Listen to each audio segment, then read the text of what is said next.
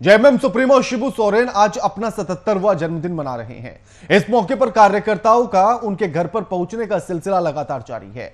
शिबू सोरेन के जन्मदिन के मौके पर उनके संघर्ष से जुड़ी हुई 3 पुस्तकों का लोकार्पण किया गया।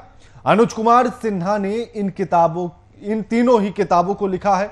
वहीं राज्यसभा सांसद शिबू सोरेन की जीवनी पर आधारित पुस्तकों में देशोम गुरु Shibu Soren, Hindi tribal hero Shibu Soren, English और सुनो बच्चों आदिवासी संघर्ष के नायक शिबू सोरेन गुरुजी की गाथा शामिल है।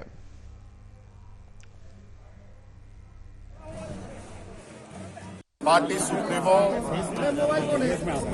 झारखंड के निर्माता मेरे पूज्य पिताजी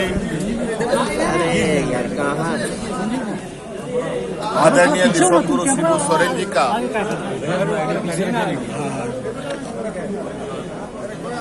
जन्मदिन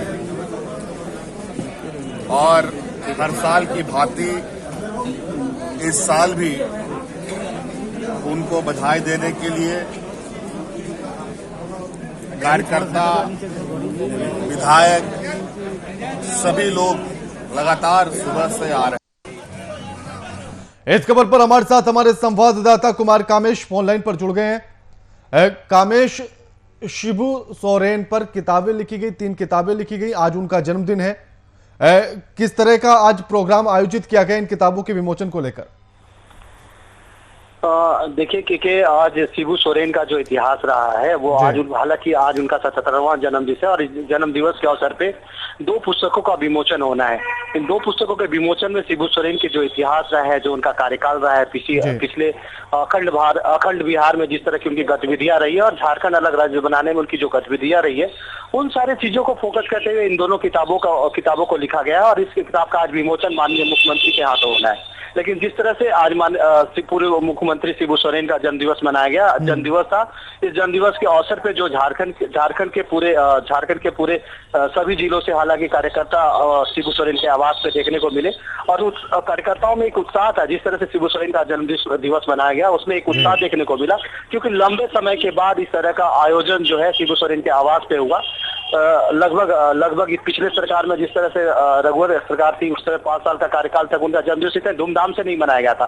लेकिन 5 सालों के बाद जिस तरह से उनका जन्मदिवस मनाया गया, उससे यह प्रतीत होता है कि झारखंड मुक्ति मोर्चा के कार्यकर्ताओं में इस जन्मदिवस के बाद मुख्यमंत्री हेमंत सोरेन ने एक नया जोश फूंकने का काम किया है। जी, आखिर ये जो 3 किताबों का आज विमोचन होगा जो शिबू सोरेन पर लिखी हुई है, आखिर इनके भीतर कौन कौन से संघर्ष की कहानियां होंगी शिबू सोरेन की, और क्या वो झारखंड को भी रिप्रेजेंट कर रही होंगी?